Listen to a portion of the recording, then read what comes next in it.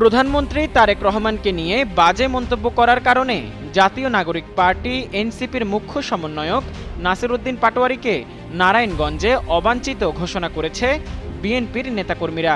শনিবার নারায়ণগঞ্জ শহরের মিশনপাড়া এলাকায় অনুষ্ঠিত এক বিক্ষোভ সমাবেশ থেকে এই ঘোষণা দেয় নারায়ণগঞ্জ মহানগর বিএনপির নেতারা। সমাবেশে মহানগর বিএনপির যুগ্ম আহ্বায়ক ফতেহ মোহাম্মদ রেজা রিপন বলেন, মহানগর বিএনপির পক্ষ থেকে নাসির উদ্দিন পাটোয়ারীকে নারায়ণগঞ্জে অবাঞ্ছিত ঘোষণা করছি। ভবিষ্যতে তিনি যদি নারায়ণগঞ্জে আসার চেষ্টা করেন তাহলে আমরা তা প্রতিহত করব।